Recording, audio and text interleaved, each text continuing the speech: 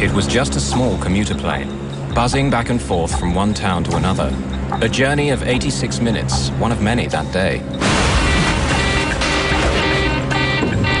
No one could ever have imagined that it would end like this, in drama and in death. Yet in 1995, two pilots with 26 passengers aboard managed to defy the laws of gravity for 9 minutes and 20 seconds, when their aircraft in effect lost the use of a wing, struggling home like a wounded bird. Help me, hold it!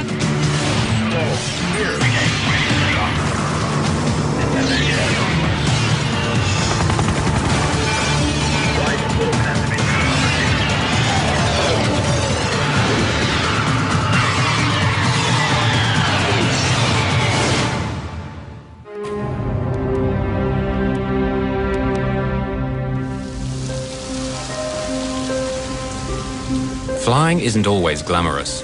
Regional airlines are like the buses of the air, trundling back and forth from one small city to another. Crews operate several flights a day, working for up to 15 hours. They face interminable ground delays and often surly passengers. If a flight gets cancelled, they don't get paid, but they enjoy their work. Atlanta Airport in Georgia has become one of the busiest in the world. It's the home of a very successful regional airline, Atlantic Southeast.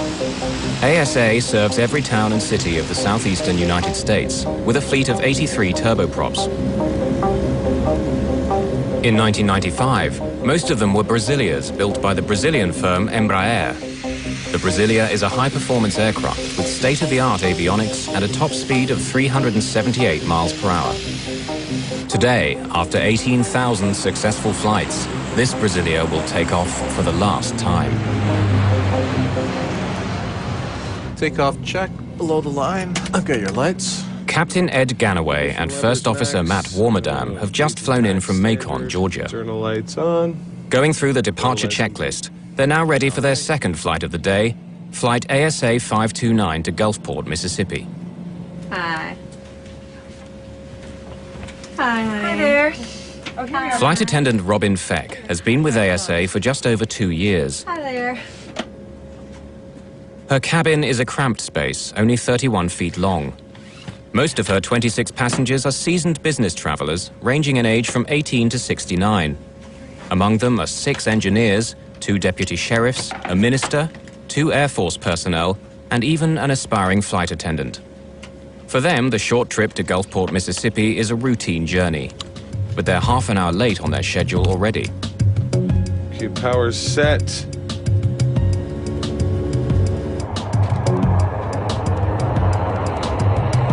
Auto feathers armed. Panels clear. Captain Ed Ganaway, who's been with ASA for 7 years, comes from a family of pilots. He's a skilled and accomplished captain. V1. VR. Pause rate. Gear up. AC 529, contact departure, fly heading 060 now. We'll see you. The two men have only been flying together for 4 months, but get along well. At 6'3" and 200 pounds, Matt Warmerdam is a tight fit in the Brasilia's cramped cockpit. I think all pilots would agree that the Brasilia was a constant love-hate relationship. It was, at the time, the fastest, sleekest turboprop around. And it was also very tricky to master. The thing was built like a Sherman tank.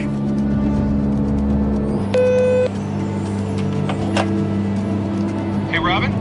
Hi. It'll just be a couple more minutes like this. It's going to smooth out. Okay, just a couple more minutes and I'll be able to get up? Yes, ma'am. All right, thank you. See you.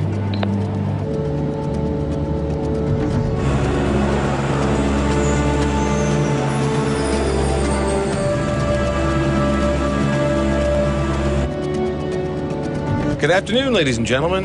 Welcome aboard. Aboard Atlantic Southeast Airlines, Flight 529, service to Gulfport, Mississippi. Chuck Pfisterer, a nervous flyer, works for a paper company and is on his way to visit a new mill. AC 529, climb and maintain flight level 200. 200 AC 529. 20. The Brasilia, on autopilot, is climbing towards its cruising altitude of 24,000 feet. 24. 24. But the plane will never make it to this altitude. Autopilot, engine control, oil. The sound of that Autopilot, was engine tremendous. It was as if someone had taken a baseball bat and hit an aluminum garbage can as hard as they could. It was just a gigantic crashing sound. And the airplane immediately lurched to the left. Not knowing really what happened, I looked over and noticed everyone looking left out the window.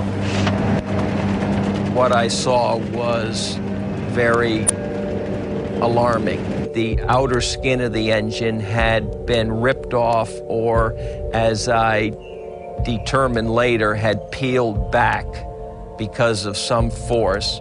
I could see the components of the engine itself, and I could see fluid leaving the engine and exiting the back of the wing. Autopilot, engine Warning lights and chimes go off, signaling trouble in the left engine. The autopilot trips off as a result, and Ganaway takes control of the plane. Autopilot, engine control, oil. The plane is falling 5,500 feet a minute, the equivalent of over 90 feet every second. Oil from the destroyed engine is seeping into the air conditioning pack, bringing smoke into the cabin. Autopilot, engine control, oil. Back off. Autopilot, We've got the left engine out. oil. Left power lever. Autopilot, Flight idle. oil. Unaware that the left engine is destroyed, the pilot tries to adjust its propeller to improve the plane's lift. Oil. Left condition lever. Autopilot, Left condition lever. Feather.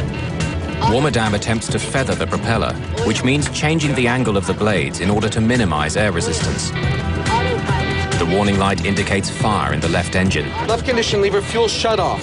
No matter what Ganaway does, the plane is still pulling violently to the left. He struggles to counteract it by pushing hard to the right, using both rudder and control column. I need some help here. autopilot, I need some help on this. oil. The force of the crippled wing pulling to the left is relentless. Without the efforts of the pilots to keep the plane stable, it would roll into a spin and spiral down into the ground, killing everyone on board. The engine has turned into a mass of misshapen, twisted metal, fatally weakening the wing's aerodynamic capabilities and dragging it down. Autopilot, The plane wants to keep turning left. The pilots must push hard right on the rudder to the limit to keep them flying straight. engine control, Captain Ganaway is confused. Feathering the propeller has not reduced the drag. He's so preoccupied with handling the emergency, he hasn't looked over his shoulder at the damaged engine yet. oil. You said it's feathered? Autopilot, engine, It's feathered. oil. The hell is wrong with this thing? Engine, I don't know. oil. For now, the pilots are focused on the plane's vital statistics: heading, altitude, speed, and the power setting of its one good engine.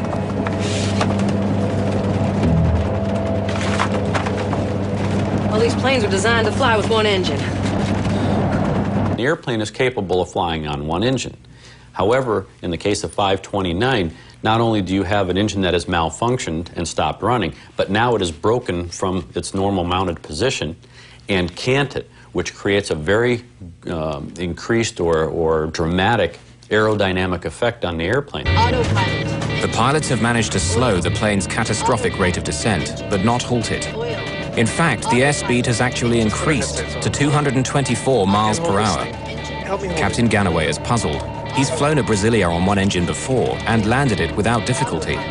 This plane has something very wrong. Atlanta Center. AC 529 declaring an emergency.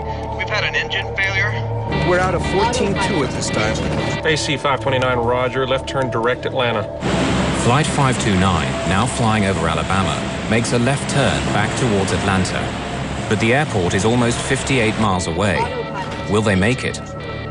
The plane has begun to descend again and at breakneck speed.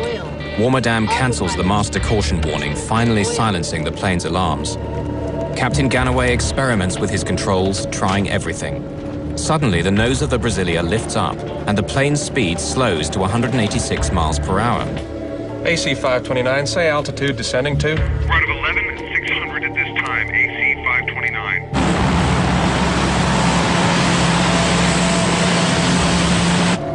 It's getting more controllable here. The engine. Let's watch our speed. For the first time since the crisis began, the pilots can now turn their attention to the passengers. Trim completely here. I'm gonna tell Rob what's going on. Hi. Okay, we had an engine failure, Robin. We declared an emergency. We're diverting back to Atlanta. Go ahead and brief the passengers. This will be an emergency landing back in. All right, thank you. Feck hasn't told the pilots what she's seen of the destroyed engine. She assumes they already know. AC 529, can you level off or do you need to keep descending? The plane is descending again at about 3,000 feet a minute. Ganaway suddenly realizes they won't make it to Atlanta. We're gonna need to keep descending. We need an airport quick. Okay, we're gonna need to keep Descending. We need an airport quick. roll the trucks and everything out for us. AC 529, West Georgia. The regional airport is at your 10 o'clock position and about 10 miles away. But the air traffic controller, too preoccupied with handling the crisis aboard Flight 529, fails to notify emergency services. Flight 529 makes another wide left turn that brings it on course to land at West Georgia Regional Airport. Let's get out the engine failure checklist, please. Engine failure in flight. But they don't get a chance to diagnose their problem. AC 529, say heading. Turning to about 310 right now. AC 529, Roger, you need to be on a 030 for West Georgia Regional, sir. Roger, we'll probably turn right. We're having difficulty controlling right now. Let me see your brace positions. Brace position. Good. Good. Ma'am, will you accept responsibility for opening the door when the plane stops? No, okay.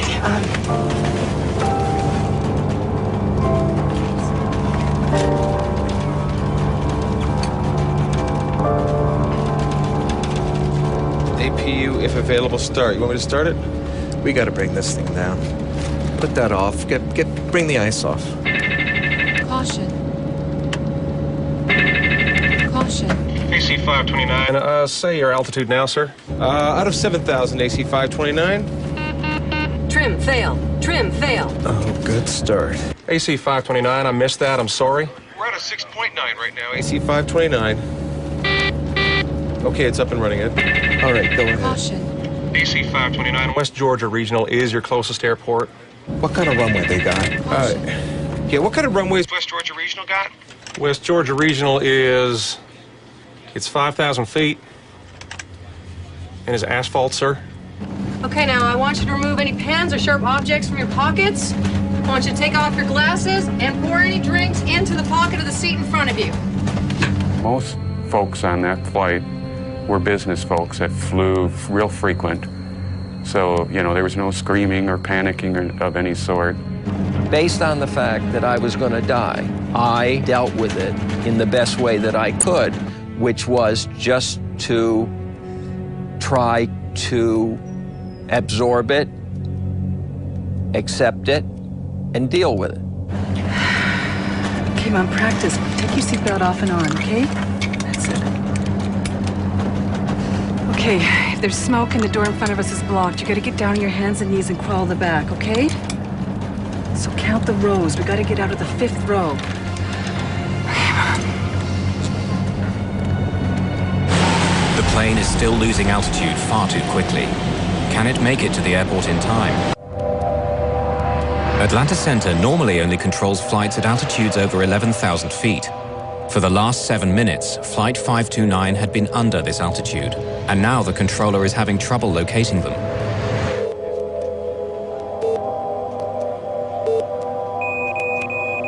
AC 529, I've lost your transponder. Say altitude. We're at a 4.5 at this time. AC 529, I've got you now, and the airport's at your... Say you're heading now, sir? We are heading 080. Roger. You need about 10 degrees left. West Georgia Regional Airport is only 8 miles away, beneath the clouds. 2 minutes flying time, but they're not sure they can keep airborne that long. I'll tell you what, Let me put you on approach. He works that airport, and we'll be able to give you more information. Contact Atlanta Approach at 12.0. Atlanta Approach Air Traffic Control. It monitors planes within a much smaller airspace, including West Georgia Regional Airport. The Brasilia, now at 3,400 feet, has slowed its descent to 1,800 feet per minute, but that's still too fast. They won't make it to the airport. 7 minutes have passed. For the first time, Captain Ganaway manages to catch a glimpse of the left engine. The engine's exploded. It's just hanging out there. This was something his instruments hadn't told him. It's no simple engine failure. The engine is just dangling off the wing. He knows he could land a Brasilia with a failed engine, but not when it's torn apart. This is something his training hasn't prepared him for. He wishes he could see through the clouds. Atlanta approach, AC 529. AC 529. Atlanta approach here. Yes, sir, we're with you, declaring an emergency. AC 529, roger. Expect localizer runway 34 approach. And could you fly heading 180? 160. Localizer frequency. The controller's flight path will take the Brasilia several miles south before landing. Ganaway knows he doesn't have the extra minutes that this will take. We can get it in on a visual. Just give us the vectors, we'll go the visual. He asks for directions to take the plane straight in using the shortest possible route. Suddenly, they're out of the clouds, but the sight that greets them couldn't be worse. In front of them, no airport, only forest and villages. Captain Ganaway, who never stutters, does now. Single engine checklist, please. Where the hell is it?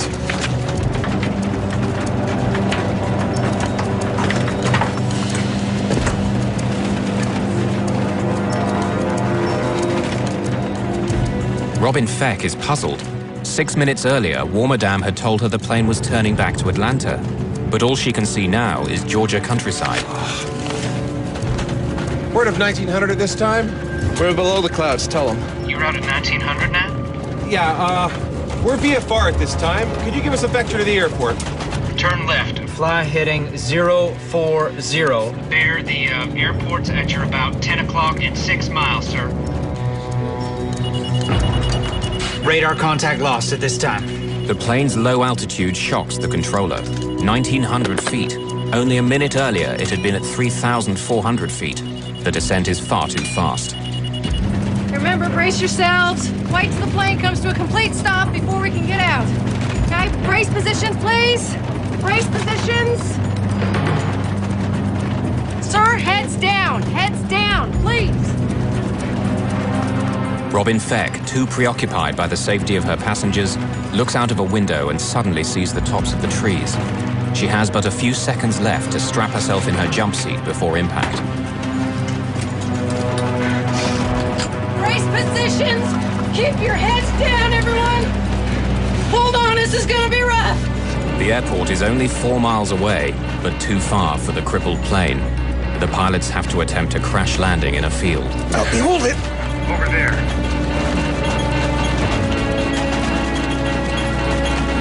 Help me hold it, help me hold it.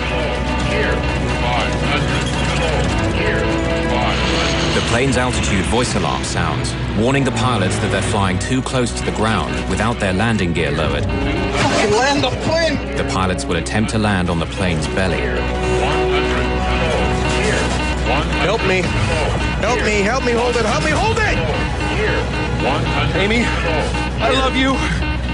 These are the last words on the cockpit voice recorder. The plane is flying at 138 miles per hour and only seconds away from impact. 50. Here, 40. Here, 30. Here, 20.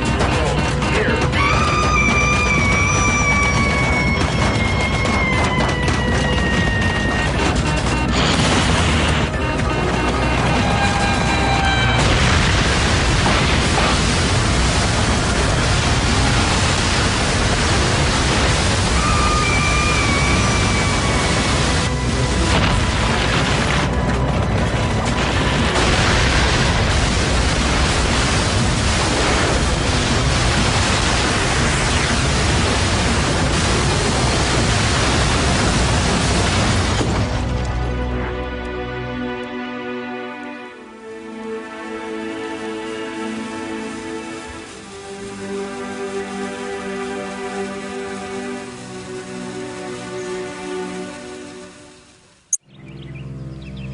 The plane had landed in a small field in Burwell, a sleepy farming community near Carrollton, Georgia, where nothing major ever happens.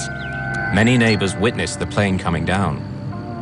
Bill Jetters and his wife lived in this house at the end of this field, angled directly in the plane's path. My wife was sitting at the kitchen table reading, and she said, "Bill, we better get out of here because the plane's going to hit the house." So about that time it started stopping.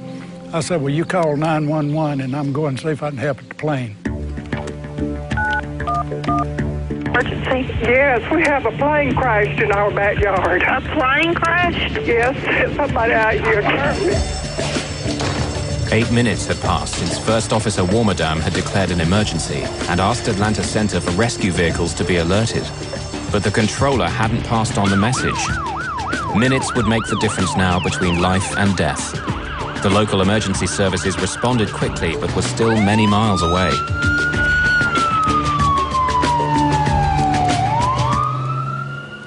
For almost a minute after impact, there's an eerie silence. The plane fuselage is broken in two. Could anyone survive?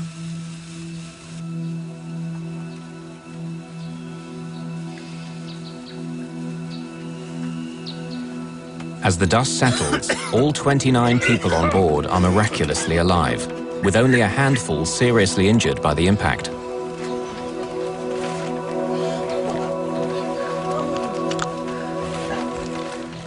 But a new disaster is gathering. Fuel from the shattered wing tanks is pouring onto the ground. The last thing I remember is the sound of hitting the trees, and then I honestly don't recall impact.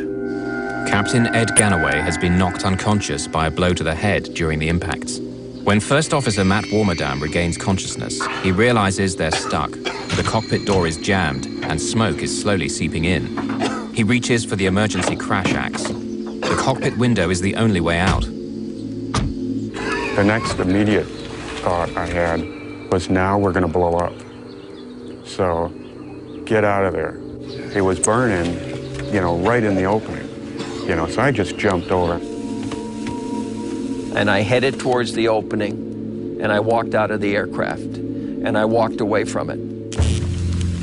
The sparks ignite the fuel vapors, creating a blazing fire. Within seconds, the fire spreads to the fuselage. In the rear section of the plane, the passengers are now trapped by flames burning at 1800 degrees centigrade. They can hear screams from the field outside, where some passengers are already suffering from terrible burns. To escape, they too have to run through the fire, not fall in it, hoping for the best. I turned back and I looked at the aircraft, and what I saw was that the opening that I had come through was basically fully engulfed in flames, and that the people that were exiting the aircraft were all on fire. Some of them would, roll in the grass to try and put the fire out, and sometimes that made it worse because there was spilt fuel, and then they would get even more ignited. And the whole situation got uglier and uglier in the sense that you would all of a sudden see people with their clothing burned off. You would see people with red skin that you could see was burnt. You could actually see some people whose flesh was like dropping off of their bodies or their faces. It was just a horrible situation that was taking place, and it was getting worse and worse.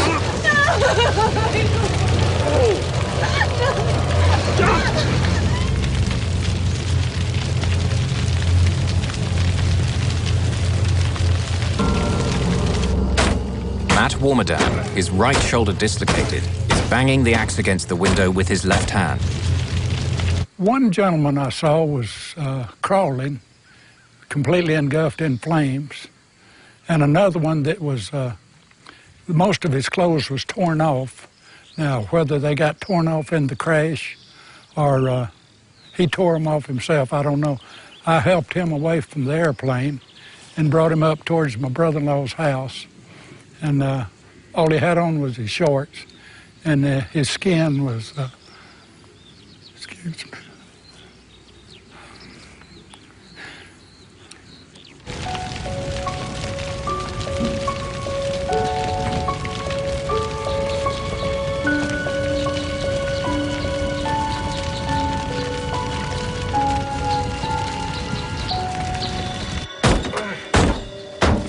Aircraft glass is much thicker than what you would see on like an automobile windshield.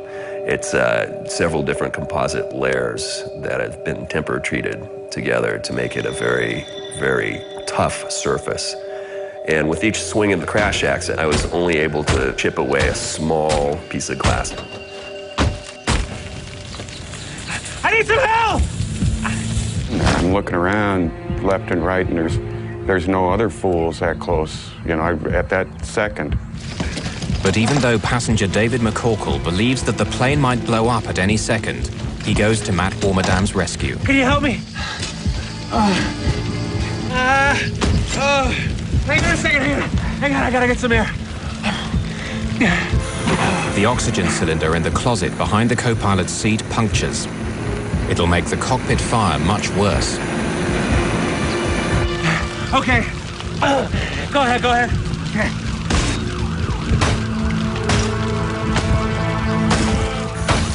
Stop a second. Let me see if I can squeeze down. Let's get you out of here. Stop pulling me. No, it's too small. Go ahead. By now, the rescue crews of the area have been notified. Firemen, police officers, paramedics, all are hurriedly on their way to the crash site. Will the fire trucks arrive in time to save Matt Warmerdam before the cockpit gets engulfed in flames? David McCorkle is exhausted trying to break the strong glass. Suddenly, a heat flame pops at him from below the cockpit. He backs off, scared for his life. You aren't gonna let me die, are you? Now, more determined than ever, he bangs even harder and faster. Then suddenly, the weakened axe head flies off. It's getting hot in here! Get me out! Guy Pope, a police officer, is the first rescue worker to reach the burning plane. I was about 3 miles from here when I received the call. And about halfway here, I could see the smoke, pretty heavy smoke.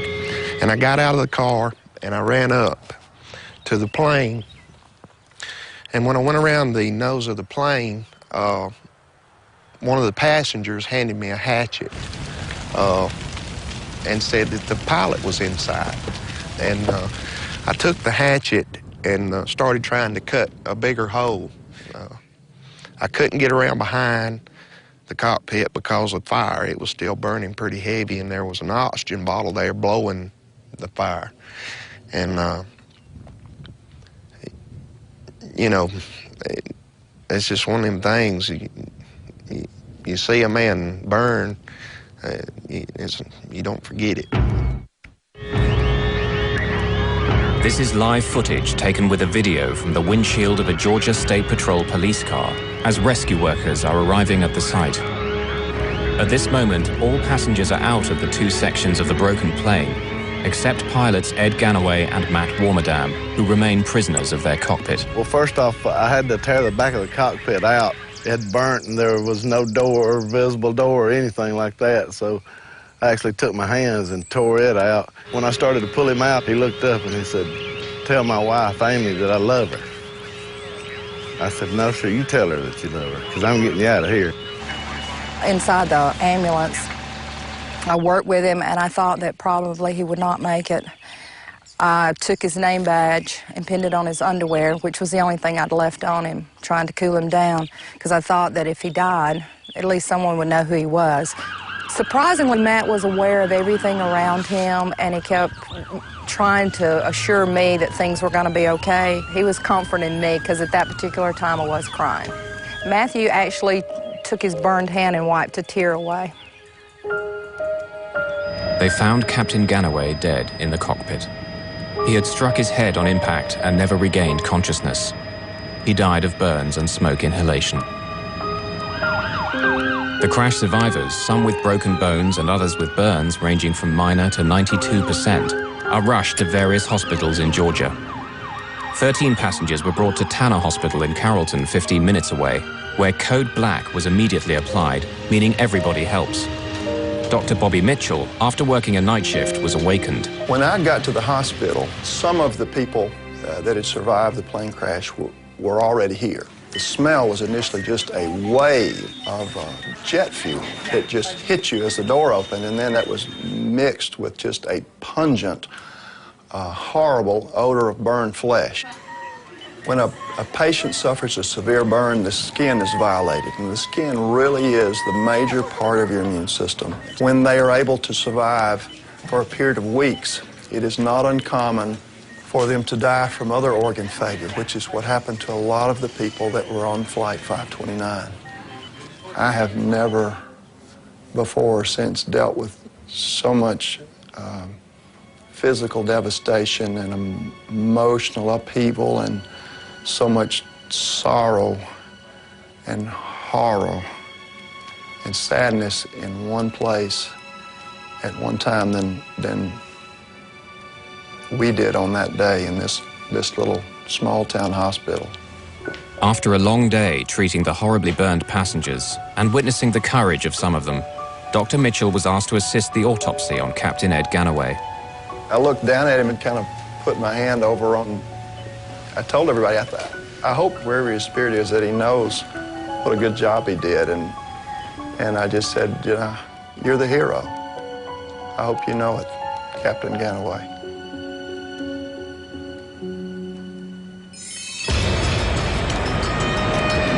Regional airlines are a North American phenomenon. In the early 1960s, a small band of independent airlines first became known as air taxis, which in time became commuter airlines, then finally regional airlines. In 1978, the US deregulated the airlines, and as the small and mid-sized cities became the economic engine of the country, regional airlines prospered as never before. The National Transportation Safety Board in the United States is responsible for investigating air disasters. Its GO team is on duty 24 hours a day to fly to the scene of any major crash. The NTSB will have several subgroups working at the same time, each examining a particular part of the plane. Gordon Jim Hookey, an aerospace engineer, was in charge of the propeller maintenance group. We went out to the crash site, and in the usual fashion, you just kind of look around and get a feel for where all the pieces are. We came along the propeller assembly that was missing. Looking down through the dirt, we could see the telltale marks, the beach marks along the fracture surface that indicated it might have been a fatigue fracture. During the last 10 minutes of Flight 529, no one on board the plane suspected that the engine failure had been caused by a propeller blade fracture. Hookey had good reason to be concerned by the broken propeller blade. He'd seen it all before. 4 years earlier, another ASA Brasilia had nosedived and crashed in woods in Georgia, killing all 23 people aboard, including former U.S. Senator John Tower of Texas and Space Shuttle astronaut Manly Sonny Carter. The NTSB's investigation of that incident had found the crash had been caused by a badly designed propeller control unit, and they blamed the manufacturer, Hamilton Standard. Then in March 1994, just 17 months before ASA 529, on 2 separate commercial flights, identical propeller blades broke from metal fatigue over Canada and over Brazil. In both cases, the aircraft involved managed to land safely. These accidents pointed to serious problems in Hamilton Standard propellers and became a major crisis for the company. Airlines were ordered by the government to carry out an inspection of all the 15,000 propeller blades in service.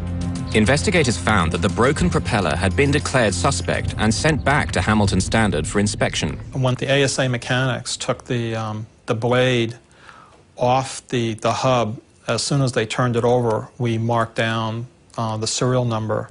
So when we went back to do the records, we could immediately go to that particular blade. Investigator Jim Hookey took the broken blade stub to Atlanta Airport. From there, it was sent to the NTSB laboratory in Washington. By next morning, blade number 861398 was being examined under a scanning microscope. Investigators found telltale deposits of chlorine, a corrosive substance known to eat into the inner walls of the propeller blade. So then the question becomes, where did the chlorine come from? In 2 of the previous propeller failures, the problem had also been traced to corrosion caused by chlorine in the inner wall of the blade. Flight 529's blade had also snapped off 13.2 inches from the hub, very similar to the 2 previous blade failures. Under the microscope, NTSB scientists saw that 2 cracks along the inner wall of the blade had joined to form a single fissure. This had grown and grown until it circled the blade, at which point it snapped under the stress of normal operation. But the NTSB scientists noted something else. On the inner surface, extending about 1.5 inches from the fracture, there was a series of sanding marks. Hookey set off to Hamilton Standard, intent on getting the maintenance records for the propellers. What had been done to the blade when it had been recalled? At the factory, Hookey examined the blade's repair reports. He noted the initials of the technician who did the work, CSB, Christopher Scott Bender. He was a young technician who worked at a Hamilton Standard propeller repair facility. Christopher Bender had watched the news of the accident on television, little realizing how he was involved in the accident. I saw the Hamilton Standard prop on it, and I was like, I hope this is not a prop failure. It was just kind of the back of my mind, and that morning they were like, you know, the NTSB is down there, FAA is investigating, and they've called in some of our engineers to go also down there, and it might be a prop failure. And as soon as I heard that, my heart just sank. I was like, you know, I think I might have even cried a little bit because I was just, you know, just emotionally overwhelmed that, you know, something I had put my hands on, the procedure that somebody trusted me to do failed, and because of that, somebody had died. After discovering the technician who had last worked on the propeller blade that caused the crash of ASA 529, the NTSB now had to find out how the blade had passed inspection. Propeller blades are hollow. Inside, weights are inserted to balance the prop. They're kept in place by a cork soaked in chlorine. It was the chlorine that had caused the corrosion in the previous accidents. However, on this blade, Bender had been unable to detect any evidence of corrosion. He then did what he'd been told to do: polish the inside of the blade. The draft accident report we present to you today involves Atlantic Southeast Airlines Flight 529. The NTSB found that by polishing the blade, Hamilton Standard had unwittingly removed all traces of the crack, and a later, more thorough ultrasound examination couldn't detect it. The NTSB asked for more accountability for management at Hamilton Standard. And so the final report read, the fracture was caused by a fatigue crack from multiple corrosion pits that were not discovered by Hamilton Standard because of inadequate and ineffective corporate inspection and repair techniques, training, documentation, and communications. Some final questions still needed to be answered. Why had the broken propeller blade destroyed the engine? In previous incidents, the entire propeller had fallen away harmlessly. But on Flight 529, blade loss unbalanced the propeller and led to uncontrollable high-speed shaking as the engine shuddered in its mountings. This was the ominous hammering sound heard by the passengers. It literally ripped the engine open and left the useless propeller jammed against the wing. The flight crew weren't handling the engine failure as a true engine failure in that some mechanical malfunction occurred and the engine stopped running. They didn't know that the engine actually had vibrated significantly and broken from its mount and actually canted or twisted on the wing. The NTSB found that the rescue services might have arrived more quickly if controllers had heeded Matt Warmerdam's request for help on the ground, given by radio 6.5 minutes before the crash. Another key NTSB recommendation was to replace the flimsy crash axe that had failed in Warmerdam's rescue with a sturdier model.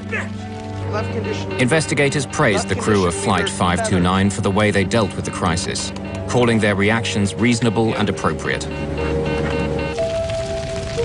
But the board could offer little advice on the one thing that had caused all these deaths: fire. The conundrum is, how do you make a fuel burn in an engine but not ignite when it's spilled? One way to reduce the severity of post-crash fires is by utilizing less flammable fuel. In 1984, the Federal Aviation Administration and NASA decided to test a new, safer fuel by staging an accident using a remote-controlled plane. Unfortunately, it was not a conspicuous success.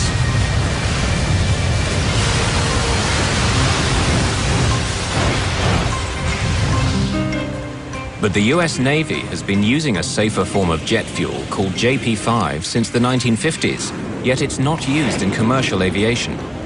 The primary reason that civilian sector commercial aviation has not gone to a lower flammability fuel is a question of availability and distribution and the cost. It costs more to produce the JP5. Everything comes down to money. What's it going to cost to develop a system? What's it going to cost to implement the system? What's it going to do for the overall safety of the airplane, and who's going to pay for it? Personally, from a safety standpoint, I'll pay $2 extra in my ticket to know and to have that security. Until a solution is found, there will continue to be stories like ASA 529. On impact, everyone on this flight had survived, but the subsequent fire became the killer. For the victims of the fire, recovery has been a slow, painful, and excruciating process. First Officer Matt Warmerdam was burned on 42% of his body. Some other survivors suffered up to 90% burns. Treatment included daily baths and removal of dead skin from burn wounds. There would be years of skin graft operations, the 24-hour-a-day wearing of pressure garments to minimize scarring, chronic itching and soreness, and daily physical therapy. Your ability to sense and feel through those areas is permanently changed for the worse. Temperature control is lost. When you walk from an air-conditioned building into the outside, you take for granted that your body starts accommodating that either by sweating or redirecting blood flow.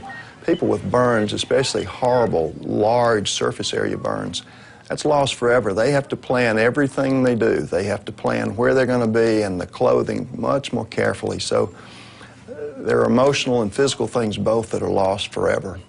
My medical treatments were quite extensive.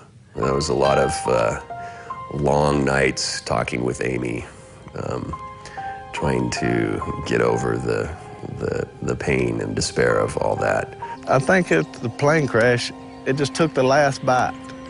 And I stayed in the fire service for a while after that, but my heart was never in it again.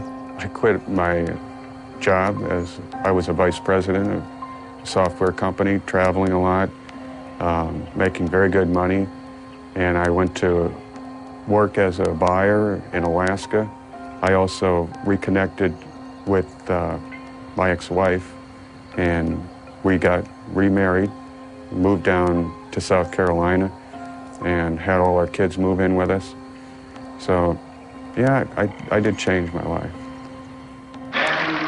1 year after the crash, the Military Fraternal Organization of Pilots bestowed its prestigious medallion on Matt Warmerdam for his part in saving the lives of his passengers. He accepted it in honor of the crew. Seeking closure on the trauma of the crash, residents built a memorial to the victims of Flight 529 behind Shiloh United Methodist Church, a short distance from the accident site in Burwell. Much has changed for the company that manufactured Flight 529's propeller.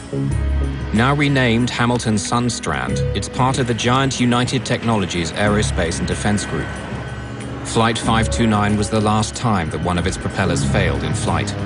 Its inspection and repair process was made more stringent, in some cases exceeding FAA requirements. Since the 3 blade failures, there have been none whatsoever. Of the 29 people aboard ASA Flight 529, only 8 escaped with minor injuries.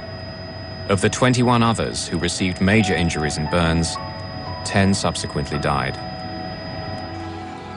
Flight attendant Robin Feck declined to be interviewed for this film. Still suffering from the pain and anguish of that terrible day, she's never worked as a flight attendant again. The best thing I ever could have done for myself was that day 2 years ago when I'd finished training and took the controls of a ASA plane and flew again. I stubbornly recaptured my dream. And now that I'm doing it again, it's just been a joy. It's what I do. It's what I love. It's what I always wanted to do with my life, and I'm doing it again. It was the tragedy felt round the world. In a premiere event, the true story is finally made public. world's fastest passenger planes simply fall from the sky. What the investigation uncovers will leave you speechless. 7 reveals what really happened in the disaster that ended a dream. Concorde, a premiere special air crash investigation next Wednesday, 7:30.